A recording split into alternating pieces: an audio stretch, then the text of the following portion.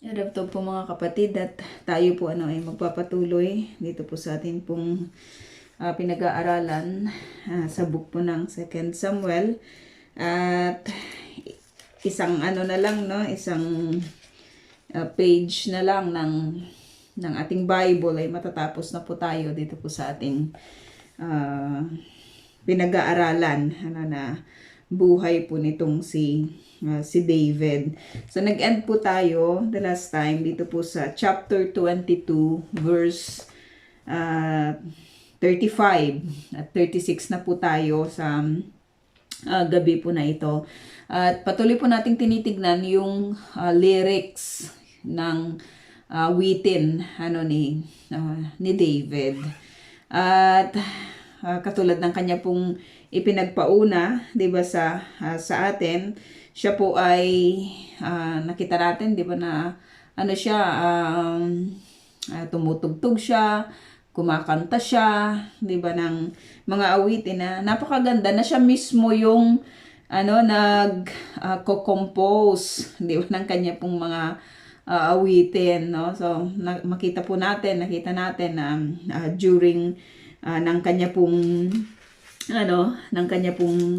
pamumuhay ay pinakita po niya, isinatitik po niya sa pamamagitan, di ba, ng mga awitin na atin pong pinag-aaralan sa mga panahon na ito. Napaka ganda lang kasi ng composition po niya, sapagkat ito po yung sarili niyang buhay. Kumbaga, ipinapakilala po niya kung paano po kumilos ang Lord sa buhay po niya, sa pamamagitan ng awitin na ito, no? So napakaganda na it is also an encouragement, 'di ba, sa atin na pwede rin po natin itong gawin, 'di ba? Napakasarap lang kasi na isatitik din yung mga ginawa, 'di ba, ng Diyos sa buhay po natin, no? Isinatitik ito at inawit ito, 'di ba, nitong si David. So verse 36, ang sabi po dito, ako'y iniligtas mo, Yahweh, ng iyong kalinga, at sa tulong mo ako'y naging dakila. Kung titignan po natin from the very beginning ng kanya pong buhay, nagpapastol po siya ng kanyang tupa, 'di ba, ng kanya pong pamilya. So from that humble beginning, makita lang po natin talaga kung paano po siya itinaas, 'di ba, ng Panginoon, no? Ginawa po niya itong si David na dakila, hindi dahil sa malakas si David, hindi dahil sa marunong siyang umawit, hindi dahil sa marunong siyang mag-alaga, 'di ba, ng kawan ng kanya pong ama, hindi dahil sa magaling siya sa mga strategy, 'di ba, sa buhay po na ito. Ang lahat ng mga bagay na kanya pong ginawa ay hindi po ito mapangyayari kung hindi po ito pinagkaloob, 'di ba, sa kanya ng Diyos. Ang Diyos po yung naging driver, 'di ba, ng kanya pong buhay, at ang Diyos ang naging dahilan na upang ang tao po na ito ay maging dakila. Ayun. Sabi dito sa verse 37, binigyan mo ako ng pagtataguan, kaya di mahuli ng mga kalaban. So sa lyrics pa lang, mga kapatid, hindi natin makikita yung kayabangan, 'di ba, ni David. Hindi niya sinabi na alam mo yun, hindi niya sinabi na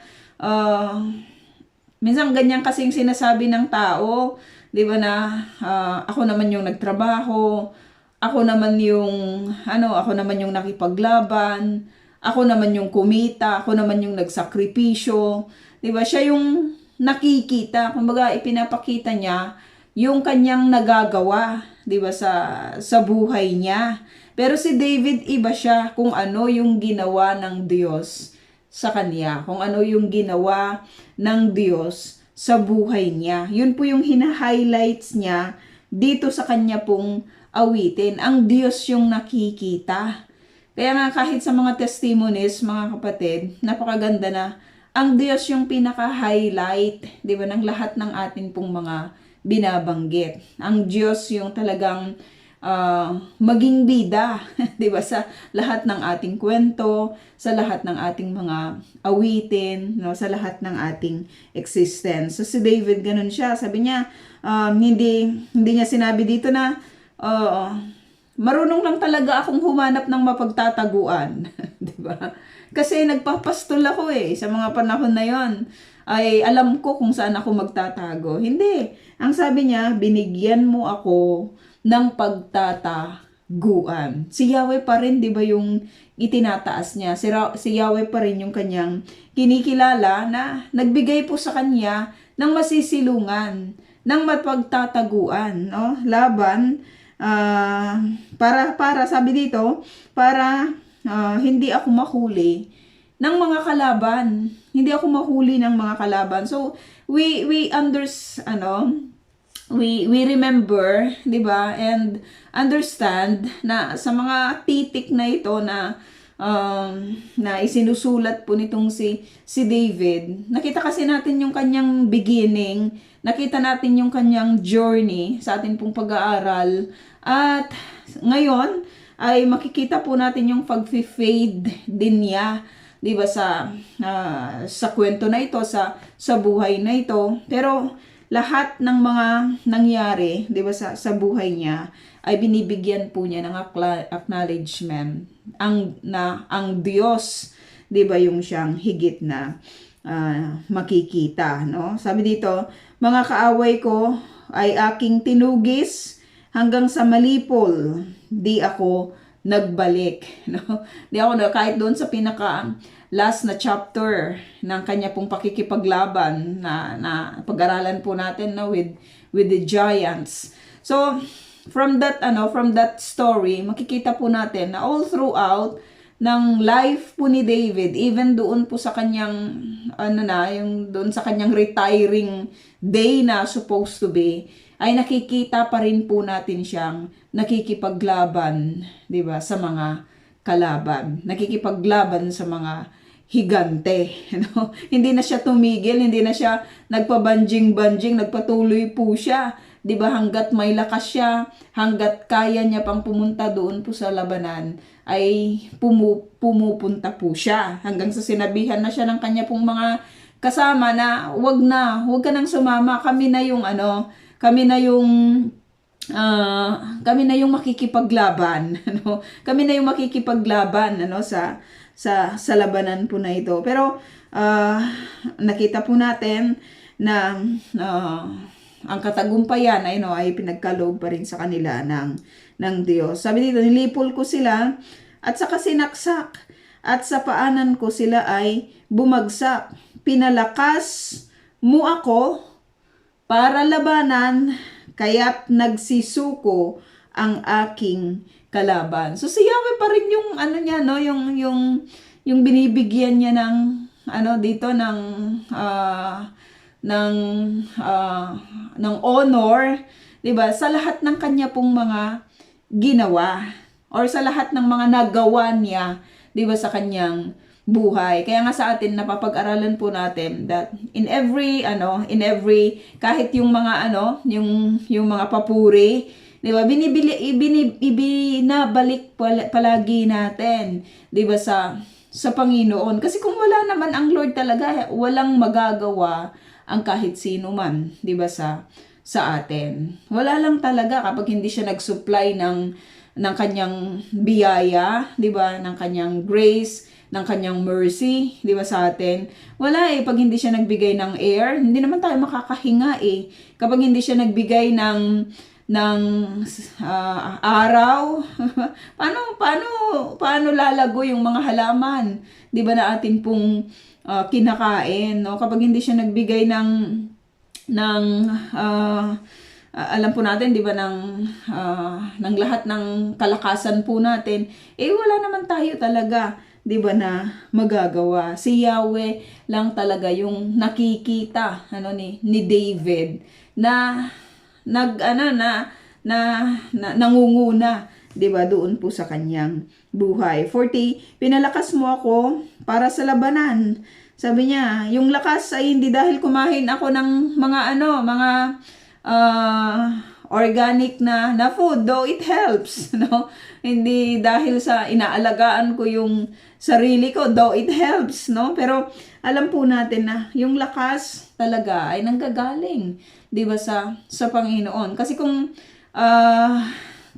meron lang contribution talaga yung tao, yun ay yung sundin niya, 'di ba, yung Diyos na lumikha, 'di ba, sa kanya. Yun ang tanging niyang contribution, yung sumunod, 'di ba, sa pinag-uutos at doon sa nais, kung ano man yung nais o raisin, 'di ba, ng Diyos na ito. Kasi siya yung nagbibigay ng kalakasan. Siya yung nagbibigay ng security. Kaya sabi dito, kaya't nagsisuko ang aking kalaban. Nagsisuko ang aking kalaban, no? Nakakaano lang ito, no? Nakaka-encourage sapagkat even those people, 'di ba, na minsan na walang bilib sa atin, ay control din lahat 'yon, 'di ba, ng ating Diyos. Sabi dito, mga kaaway ko iyong itinaboy, mga namumuhi sa aki, pawang nalipol. 'Di ba? Pawang nalipol. Hindi dahil magaling siyang mandirigma, kundi si God kasi yung nagbibigay sa kanya, 'di ba, ng lakas, nagbibigay sa kanya, 'di ba, ng tagumpay. Kung wala ang Diyos, wala siyang pwedeng gawin. Na sabi dito, humanap sila ng saklulo, ngunit walang matagpuan. Hindi sila pinansin ni Yahweh nang sila'y nanawagan. No? Dito sa verse 42, makikita po natin, marami pong mga tao kasi ang nagkiklaim na nananalangin sila sa Diyos, 'di ba, na nakilala nila ang Diyos, na naglilingkod sila sa Diyos, 'di ba? Pero makikita po natin dito sinabi, hindi sila pinansin ni Yahweh kasi bakit? Iba yung medium nila eh. Iba yung pamamaraan nila eh. Iba yung Diyos, 'di ba, na kinikilala nila, kaya hindi sila tinugon, 'di ba, ng Panginoon. Iba yung pagtawag nila, 'di ba? Iba yung kinikilala. Alam po natin 'yun, 'di ba? Na kahit sa kapanahunan po na ito, even the so-called churches, no? Churches, even the so-called Christian churches, iba-iba yung kanila pong pamamaraan, 'di ba? Iba-iba yung kanilang pamamaraan sa pagtawag at paglilingkod sa Diyos. At tayo, ang tinitignan po natin palagi ay makasunod po tayo, 'di ba, sa Diyos sa pamamagitan ng kanyang pamantayan at sa pamamagitan ng kanyang salita. Importante po 'yun, no? Upang sa ganon, ay sabi dito, kung hindi sila pinansin ni Yahweh, kung hindi sila humanap man sila ng saklulo, 'di ba, dito kay Yahweh, hindi nila matagpuan kasi iba yung kanilang pamamaraan. Iba yung Diyos na kanilang sinasamba. Kumbaga wrong address ba? 'Di ba? Subukan mong magsulat ng kahit tama yung pangalan pero wrong yung address. Hindi siya makakarating, 'di ba, doon sa tamang tao. O kaya sabihin man natin mali yung address, 'di ba? Or mali yung pangalan, hindi pa rin siya makakapunta, 'di ba? Or makakarating yung sulat, 'di ba, sa nais po nating or nais nila, 'di ba, na pagbigyan ng sulat. It must be directed, 'di ba, to God. Si Yahweh naman kasi yung nag-set ng standards eh. Kung papaano siya kakausapin, kung papaano siya katatagpuin, kung papaano siya paglilingkuran, kung papaano siya pupurihin. No? Siya yung nag-set ng standard. At kapag siya po yung nag-set ng standard, 'di ba? Yun po yung dapat na, sabi ko nga, walang ibang choice ang tao kung gusto niyang sumunod sa Panginoon, 'di ba? Kung gusto niyang mabigyan ng kaluguran ng Lord, ang sumunod siya, 'di ba, sa pamantayan na ibinigay sa kanya, 'di ba, ng Panginoon, no? Hindi sila pinansin kasi iba yung medium nila, iba yung kanilang pamamaraan. Sabi dito, tinapakan ko sila hanggang sa madurog. Grabe yung mga mga sinasabi niya. Pinulbos ko silang parang alabok sa mga lansangan putik ang inabot, no? So ganun po yung ganun po yung nagagawa, 'di ba, ng isang tao laban sa kanya pong mga kaaway kapag ang Diyos, 'di ba, yung kanyang sinusunod, no? Kapag ang Diyos yung kanyang sinusunod. 44, sa mga naghimagsik, naku ay iyong iniligtas.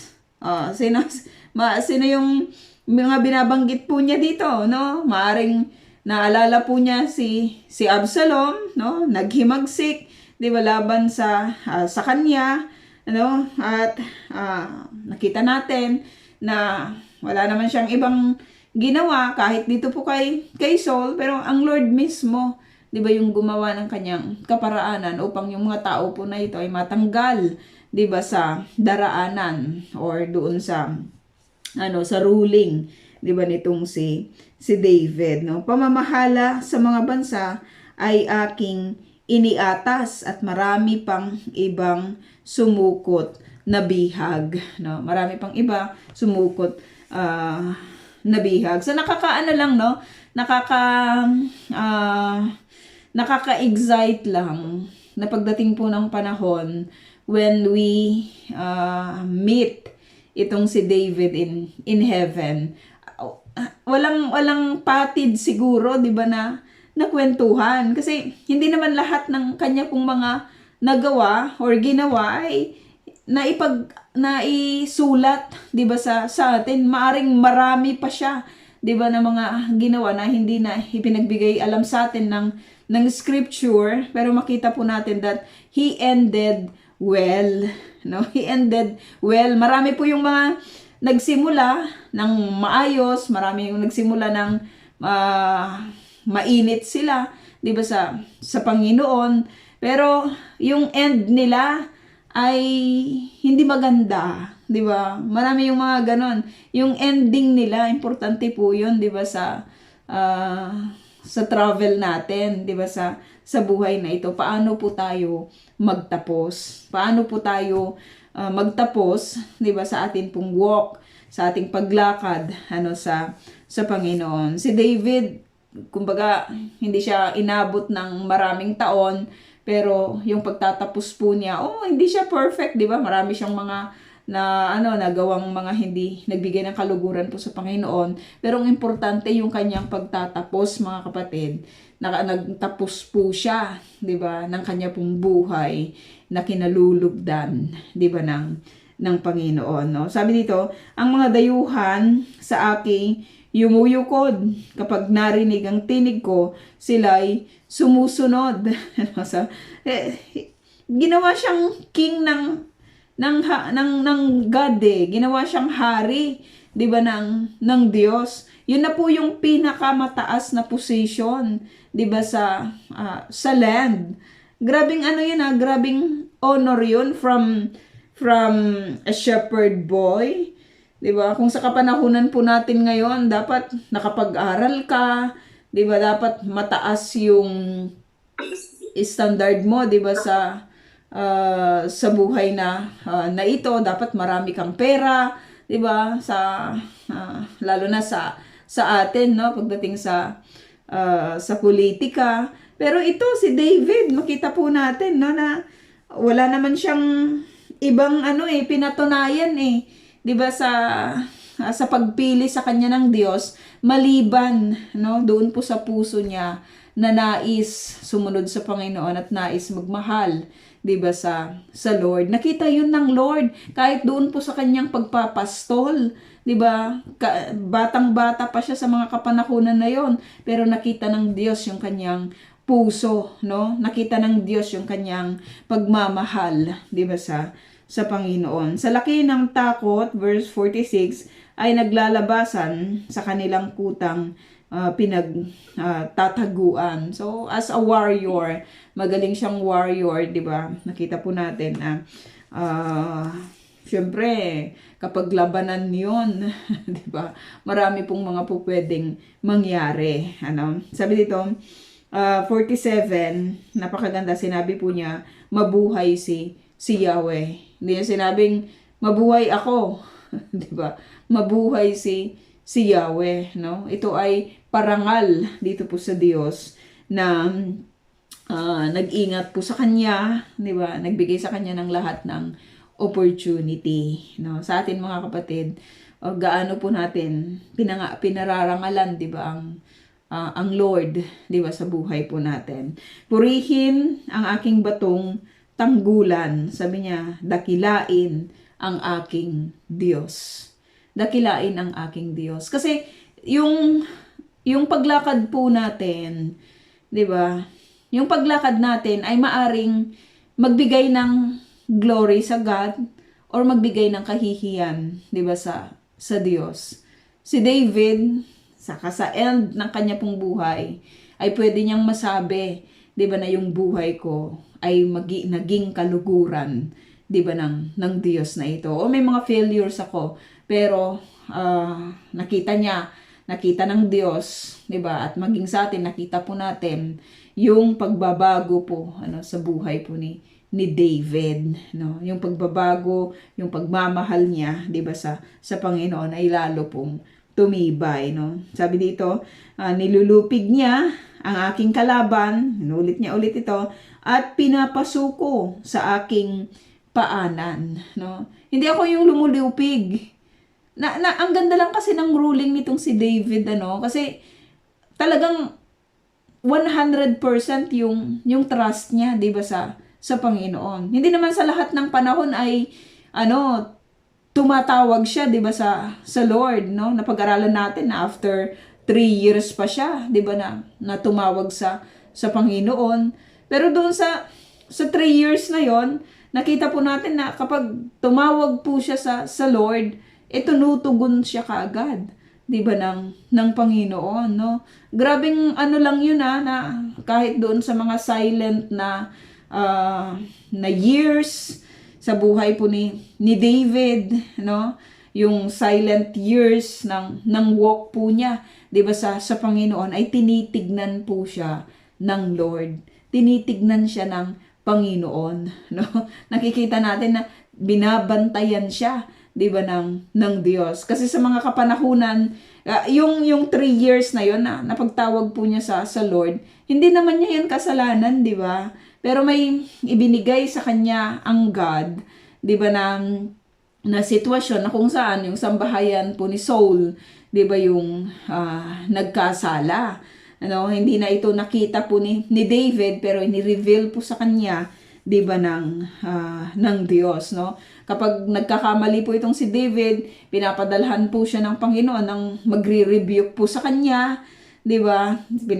As a sign of his love, 'di ba, dito po sa tao po na ito. Masarap po 'yun na na malaman, 'di ba, mga kapatid? Kasi kahit naman po sa atin, hindi naman po tayo perfect, 'di ba, sa paglakad natin. Yung everyday na nga lang ay hindi ko po alam kung ilang beses po kayo pumapalya, 'di ba, sa paglilingkod, 'di ba, sa Lord. Kasi everyday naman is a service to God, eh. Hindi lang naman sa Sabado, 'di ba, or hindi lang naman sa Linggo. Everyday 'yon, every minute, 'di ba, every second ay serbisyo po natin 'yun sa Lord. Na kahit nasa mga kanya-kanya po tayong mga trabaho, nakikita ng Lord yung attitude natin, 'di ba? Nakikita niya kahit yung pagsagot-sagot natin minsan, 'di ba, sa ating mga employer, sa ating mga kasamaan, yung ating mga kasama, 'di ba, sa trabaho, kung may mga kasama tayo, nakikita niya lahat 'yun, eh. 'Di ba? Binabantayan niya lahat 'yun, eh. 'Di ba? At ang lahat ng kanya pong pagtawag ay naka-record din, 'di ba, sa Panginoon. Naka-record lahat ng ating mga disobedience, no? Naka-record lahat yung ating mga pagsasabi na hindi kapag tayo po ay tinatawag, no? Binanggit po niya 'yan, 'di ba, na pag-aralan natin noong Sabado, no, na sa lahat ng rejection natin sa Panginoon, sa lahat ng rejection natin doon po sa kanyang call, 'di ba, ay naka-record sa kanya.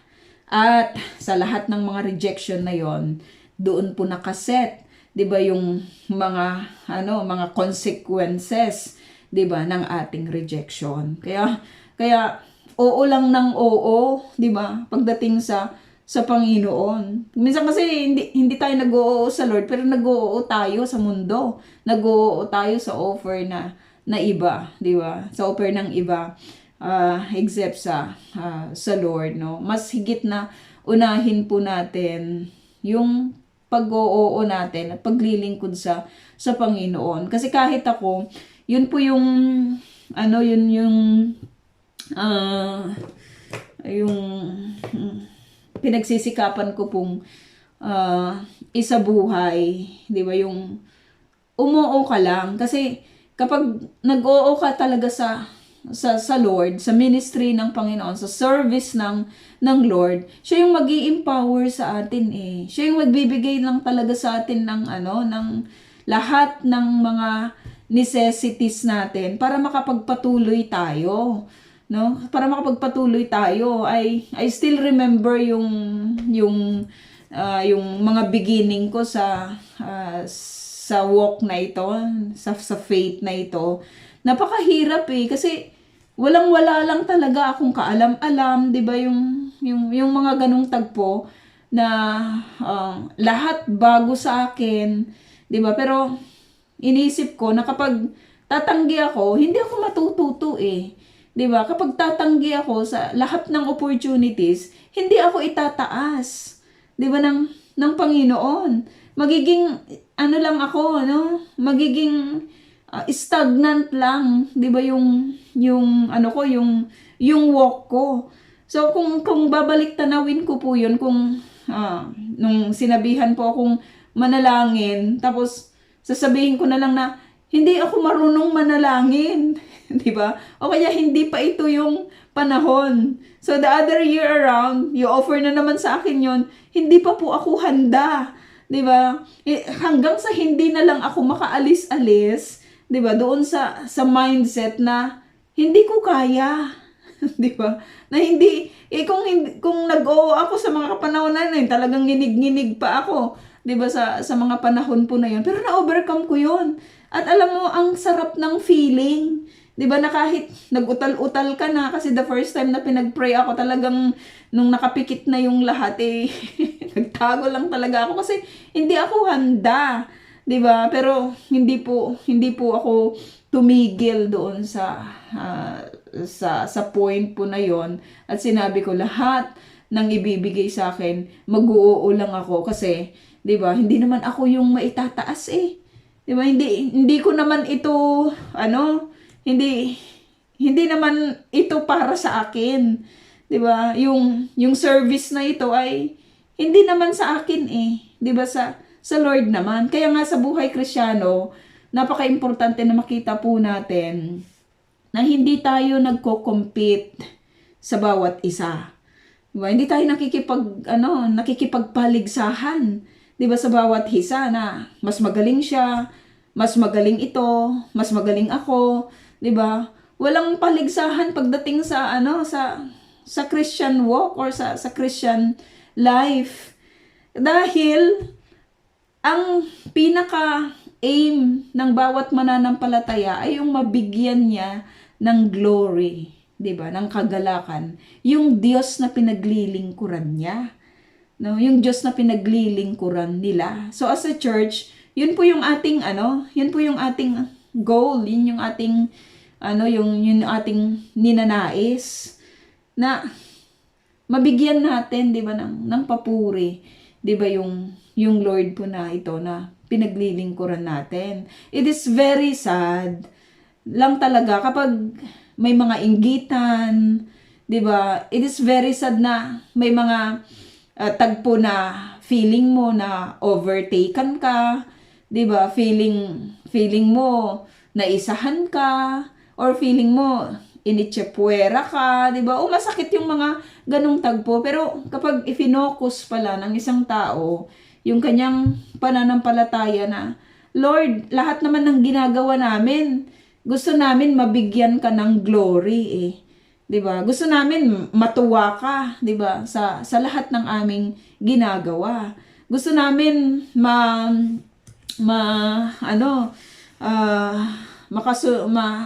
makasunod kami, 'di ba, sa iyo, 'di ba, sa pamamagitan ng pamantayan na naisin po ninyo. So maganda yung nagtutulungan, 'di ba? Maganda yung nagkakaisa. Hindi yung nagkokontrahan, 'di ba? Kung para sa Panginoon, go, 'di ba? Go lang talaga tayo. Huwag nating sabihin, huwag muna or hindi pa. Kasi pansinin mo dun sa mga taong laging nagsasabi ng mga ganun, hindi na sila nakalayo. Hindi talaga sila makakalayo. Si David nakita natin from a shepherd boy, 'di ba? Kung sinabi lang niya, ayokong pumunta doon sa labanan, ama. Mag-send na lang kayo ng iba. So, mamimiss niya, na-miss sana niya yung opportunity of facing Goliath. So, kapag naghihindi tayo, mamimiss natin yung opportunity. Yung opportunity ng Diyos. 'Di ba, na kung saan, yun po yung magiging hagdan upang tayo po ay itaas, 'di ba, ng rank ng Lord, no? Hindi siguro ako wala rin siguro akong pagkakataon, 'di ba, sa mga kapanahunan po na ito na mabigyan ng opportunity na magturo sa atin sa gabi po na ito. Kapag sa unang hakbang ko lang, 'di ba, sa unang paghakbang ko sa faith na ito, nagsabi ako ng hindi. Hindi ko yun kaya kasi mahiyain lang talaga ako eh. Marami akong insecurities, 'di ba, sa buhay. Una sa lahat, yung kahirapan. Insecurities ko lang talaga yon sa mga kapanahunan na iyon. Tapos yung feeling mo na mag-isa ka lang, 'di ba? Katulong lang yung pwede mong pangarapin, 'di ba, sa buhay na ito. At yung patayuin ka sa church, 'di ba, yung sa amin kasi una sa lahat, 'di ba, i-encourage ka to pray, yung gano'n, yung tapos presider ka, 'di ba, sa church, tapos special number, 'di ba, yung mga gano'n,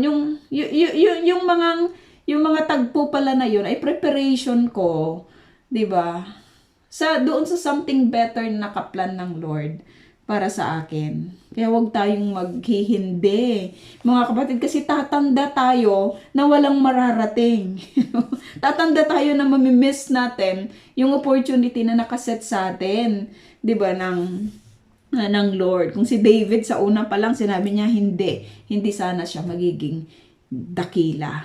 Nakatulad ng kanyang binanggit dito po sa kanyang awit, no? Kasi ang Lord ang naglagay sa kanya, ang Lord ang nagbigay sa kanya, 'di ba, ng kadakilaan. Ginawa ng Lord ang buhay niya upang siya ay maging dakila. Kasi kung dakila itong si David, madadakila din niya ng higit yung Diyos na gumawa sa kanya sa lahat ng mga bagay sa buhay niya. Kaya nga nakita natin na lahat naka-highlight ang Lord. Si Lord yung dahilan, 'di ba, ng lahat ng ito. Kung lagi tayong naghihindi, paano ma-highlight yung ginawa ng Lord, 'di ba, sa buhay natin, no? I-close na lang natin yung ating mga mata pagdating ng panahon na hindi man lang nabigyan ng glory, 'di ba, yung Lord, kasi lagi tayong humihindi sa mga opportunities na ino-offer, 'di ba, sa atin. Sana hindi ganon. Sabi dito, sa lahat ng bansa, ikay aking pupurihin. Sa lahat ng bansa, ikay aking pupurihin. No? Sa lahat ng opportunity, sa lahat ng pakikipag-usap, sa lahat ng sitwasyon, 'di ba, sa buhay natin, ay pwede natin, 'di ba, na mapapurihan ang God. No, kahit sa anong klaseng conversation, 'di ba? Salamat sa Lord. May mga ganun, no, na may mga instances na nakikipag-usap po tayo sa mga tao. Pero nababanggit po ba, yung naitataas po ba, napapapurihan po ba si Lord, no, sa lahat ng ating mga ginagawa? Sabi dito, ang karangalan mo'y aking aawitin, ang iyong pangalan aking sasambahin. Sa lahat ng ginawa mo, Lord, sa buhay ko, sabi ni David, ikaw yung higit kong pupurihin, ikaw yung higit kong bibigyan ng karangalan, ikaw yung aking sasambahin. Ang sarap na ending ito ng buhay, 'di ba, ng isang tao na ganito pa rin yung sinasabi mo, 'di ba? Sa lahat ng mga pinagdaanan mo. Minsan kasi nakafocus ang tao, 'di ba, doon sa hurt niya. Ang isang Kristiyano doon sa hurt niya.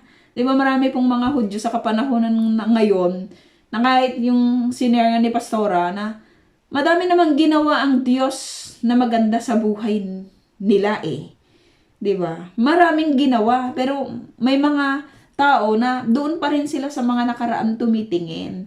Doon sa mga doon sa mga pasakit, 'di ba, ng nakaraan, no? Pero kung titignan mong mabuti, marami nang ginawa ang Diyos, 'di ba, na mahigit na magaganda, 'di ba, kaysa doon po sa mga nakaraan, 'di ba, na mga pasakit, no?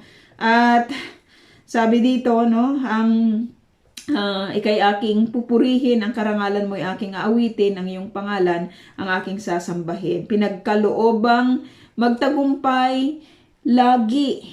Pinagkaloobang magtagumpay lagi. Hindi naman laging nagtatagumpay, 'di ba, si David, may mga panahon na nagtatago siya, tumatakbo, nag-anyong baliw, 'di ba, nasiraan ng bait.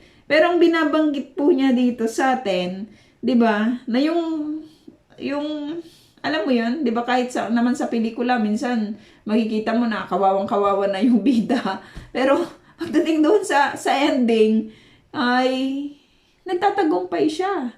Kaya tinignan niya 'yon na pagtatagumpay sa lahat, 'di ba, na nangyari sa buhay niya. Ang abang lingkod mong piniling hari, sabi niya, di mo kailanman pababayaan ang iyong pinili na si Haring David at ang kanyang mga susunod na lahi. Magaling yung rhyme, 'di ba, ng kanyang composition dito, no? So, chapter 23, sabi dito, ginawang dakila ng Diyos si David, anak ni Jesse. 'Di ba? Anak ni Jesse, no? So kung titignan po natin, yung nabanggit ko po kanina, nais pong ipakita po sa atin yung humble beginning nitong si David, na siya'y anak ni Jesse. Hindi naman sinabi dito na siya'y naging hari, 'di ba? Kundi sinimulan ng scripture na ipakilala po sa atin na yung pagiging dakila, 'di ba? Ginawang dakila ng Diyos, ng pagiging dakila nitong si David ay sa Diyos 'yun nang galing. 'Di ba? Galing siya kay Jesse. Kung titingnan mo, wala namang pwedeng ipagmalaki itong si Jesse. Maliban sa may mga anak siyang mga lalaki na nasa army, 'di ba? At itong si David ay siyang shepherd. Pero sila po, no, yung lahi po nitong si Jesse ay pinili, 'di ba, ng Diyos dahil meron pong isang David na matuwid, 'di ba? May pagmamahal, 'di ba, sa Diyos na ito. Siya, sabi ito, ang lalaking pinili ng Diyos ni Jacob upang maging hari. Siya rin ang may akda ng magagandang awit para sa Israel. Ito ang kanyang mga huling pangungusap. Last will na to, no? Yung huling pangungusap ni David, 'di ba, sa kanyang buhay. Recorded din, 'di ba, sa atin. At sabi dito, nagsasalita sa pamamagitan ko ang espiritu ni Yahweh. Ang salita niya'y nasa aking mga labi. Alam mo 'yun, kung magtatapos man yung buhay po natin, 'di ba? Ano kaya yung mga babanggitin din natin? 'Di ba? Ang masakit kasi dito, hindi natin alam kung kailan tayo mamamatay, 'di ba? Kung hanggang kailan yung buhay po natin. Pero itong si David, inihanda na niya lahat 'Di ba? Nagbigay na siya ng kanyang huling mga pangungusap. Alam mo 'yun, nasa na itong kanya pong mga babanggitin ay si Yahweh pa rin, 'di ba, yung bida, 'di ba, sa buhay niya, no? Sabi dito, nagsalita ang Diyos ng Israel, ganito ang sinabi niya sa akin, ang haring namamahalang may katarungan ay namumunong may pagkatakot sa Diyos. Importante 'yun sa leadership na yung mga leader, 'di ba, ay may takot dapat, 'di ba, sa Panginoon. Ito yung kanyang nakita, 'di ba? Ito yung sabi niya dito na ang Lord yung nagsalita sa kanya, 'di ba, na yung haring namamahalang may katarungan. Kasi ang Lord naman talaga yung nagsiset ng ng katarungan, 'di ba? Siya po yung nagsiset ng tama. Siya yung nagsiset ng lahat ng mabuti, 'di ba? Paano makakapag-rule ng maayos ang isang tao kung wala po siyang pagkatakot sa Diyos? So automatically, kapag may takot sa Diyos ang isang namumuno, ang isang leader, gagawin niya kung ano yung naisin, 'di ba, ng Lord na ito. Pero kung wala siyang takot, gagawin niya kung ano po yung alam niyang tama, 'di ba, na kahit hindi po magbibigay, 'di ba, ng glory sa Lord. At maraming mga leader ang ganyan. Maraming mga leader sa kapanahunan po natin ngayon ang ganyan.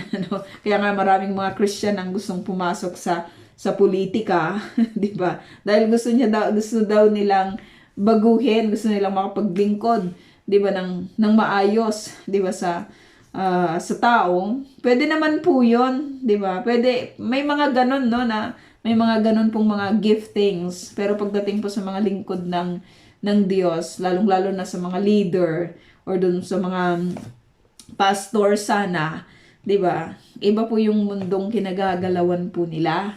'Di ba? Maganda po na mag-excel sila doon po sa pagkatawag ng Diyos sa kanila. Sabi dito, ay tulad ng araw sa pagbubukang liwayway, parang araw na sumisikat kung umagang walang ulap at nagpapakislap sa dahon ng damo pagkalipas ng ulan. So, itong mga wordings na ito, 'di ba, ni David, ay kakikitaan lang talaga natin siya, 'di ba, ng mataas na na pagtingin doon po sa Diyos. Uulitin natin 'yon kasi 'yun naman talaga yung pinaka-highlight, 'di ba, ng lahat ng kanya pong sinasabi, no? Sabi dito, gayoy pagpapalain ng Diyos ang aking sambahayan dahil sa aming tipan na walang katapusan. Walang katapusan. Ang pagtingin niya sa tipan na meron sila ng Diyos, wala yun katapusan. Wala naman talagang katapusan, mga kapatid, 'di ba? Kasi kahit after this life, 'di ba, yung covenant natin sa Panginoon magpapatuloy pa rin naman. 'Di ba? Magpapatuloy pa rin naman. Lamang, 'di ba, ay may iba na po yung senaryo or may iba na yung mundong kagagalawan po natin doon po sa piling ng Diyos, 'di ba, doon sa lugar na inihanda po niya, 'di ba, sa bawat isa po sa atin. Pero yung covenant, walang katapusan. Kaya be sensitive lang talaga na kapag tayo po ay nag-decide lang talaga na sumunod po sa Panginoon, tumanggap sa Lord. Sister Lorna, pwede pong pakimute. Ay walang katapusan yung covenant. Pwede mong baliin yung covenant mo, pero kapag ikaw yung umalis doon po sa covenant po na yon, alam natin na hindi pong mapapabuti, 'di ba, ang buhay ng isang tao na umaalis sa kalinga ng Diyos. Nakita yun ni David, 'di ba? Nakita niya. At kung titingnan mo, David, grabe naman yung pagsasabi mo niyan. Ang hirap nga ng buhay mo. 'Di ba? Napakahirap ng pinagdaanan mo, pero wala yun, 'di ba, kay David, kasi ang pakikipagtipan po niya sa Lord. Hindi naman talaga madali yung buhay dito kahit naman sa atin. Kahit naman sa kapanahunan po natin, no? Hindi madali yung maging mananampalataya, 'di ba, ng Panginoon. Pero hindi yung tinitignan ni David. 'Di ba, yung mga kahirapan na yan, kasi grabe lang ang kataasan, 'di ba, ng kanyang pagtingin sa Diyos na kanyang pinaglilingkuran. That even doon po sa mga miseries ng buhay po niya, 'di ba, doon sa mga kahirapan na dinanas niya, si Lord pa rin yung kanyang pinapupurihan. 'Di ba? Si Lord pa rin yung kanyang binibigyan ng mataas na pagpupuri. Sabi dito, kasunduang mananatili magpakailanman. Kaya pala yung mga yung mga nagbabackslide, hindi natatahimik yung buhay. Kasi may covenant sila eh. Kahit naman sa lahat ng klase ng covenant, 'di ba? Kahit naman sa mga mag-asawa, kapag nasira, 'di ba, yung covenant na yon dahil sa unfaithfulness of hindi naman natatahimik yung buhay nila eh. Akala lang natin maayos, pero sa totoo lang wala pa akong nakita, 'di ba, na ewan ko po sa inyo na tumahimik yung buhay dahil sa kanyang pagkakasala, no? Wala pa yata akong nakitang ganun kasi ang katahimikan naman, 'di ba, ang peace ay sa Lord lang talaga siya nang gagaling kasi yung covenant na meron po tayo, ito po ay walang ending, 'di ba? Walang katapusan at nananatili ito magpakailanman. Ano ngayon yung message nito sa atin? Rest assured tayo sa Panginoon, 'di ba? May security lang talaga tayo sa Lord. Lalong-lalo na sa kanyang mga promises pala, 'di ba? Na kapag ganun po yung pagtingin ng Lord sa covenant, mapapanatag tayo. 'Di ba? Mapapanatag lang talaga tayo that He will fulfill all His promises in His time. Hindi sa timing natin. Minsan kasi naiinip yung tao eh. Pero may timing ang Lord eh. Kaya nga kahit doon sa kanta, in His time. Hindi sa timing ng tao, kundi sa timing, 'di ba, ng Panginoon, no? Magpakailanman po yung kanyang tipan. ang sarap lang malaman nito, 'di ba, mga kapatid? Kasi nga, 'di ba, minsan nanghihina na tayo kasi parang hindi tumutugon ang Lord. Pero upon reading this, mapapalakas po tayo, 'di ba, na magpakailanman po yung kanyang covenant. Magpakailanman, 'di ba? Hindi siya natatapos. Siya ang magbibigay sa akin ng tagumpay, no? Hindi sa ating sariling lakas, kundi ang Lord po yung nagbibigay sa atin ng tagumpay. Kasi kahit anong gawin ng isang tao na pagsusumikap upang siya po ay magtagumpay, if he or she, 'di ba, is living under doon po sa judgment ng Panginoon for disobedience and not following the Lord, ay wala lang talagang tagumpay. At kung meron man, kasi maaring masabi natin na may mga nagtatagumpay naman, hindi naman sila naglilingkod sa Lord, hindi yun nananatili. 'Di ba? Hindi yun magtatagal. Hindi lang talaga magtatagal. Or kung may magtagal man, 'di ba? Hindi, ang ending pa rin naman nun hindi katanggap-tanggap, 'di ba? Sa presensya po ng Panginoon. Minsan may mga tinitignan po tayong taong ganon.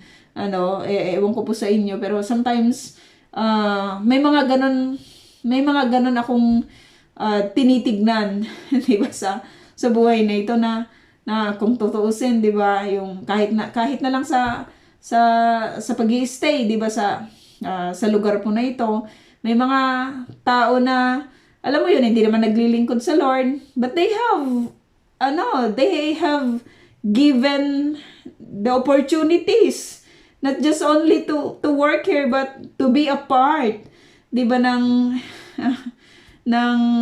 masasabi po nating mga pinili, 'di ba, ng Diyos na ng pumili ng land na ito, 'di ba, ng Diyos ng Israel. At minsan, 'di ba, mapapaisip lang talaga na bakit ganoon, 'di ba, naglilingkod, hindi nga siya nagsisimba, 'di ba, hindi nga siya, pero yung mga benefits, 'di ba, ay parang nasa kanya, 'di ba?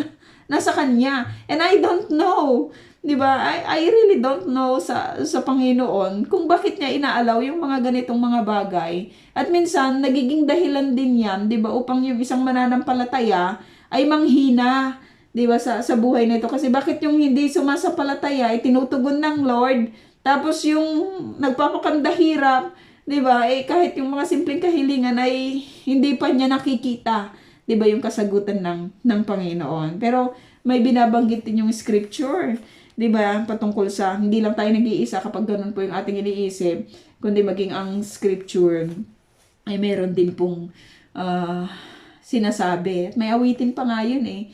Huwag kang mabahala sa taong masama. Huwag mong kainggitan ang mali nilang gawa. 'Di ba? Sa Diyos mo lang hanapin.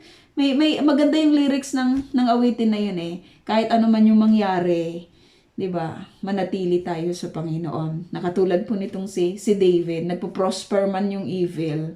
Alam natin, mas higit yung plano, 'di ba? Mas dakila yung plano ng Diyos sa atin. Mas maganda yung nakikita yung ating pong mga sacrifices kasi yung ating mga persistence, 'di ba? Yung ating mga paglilingkod will be rewarded in God's perfect timing, 'di ba? In God's perfect time.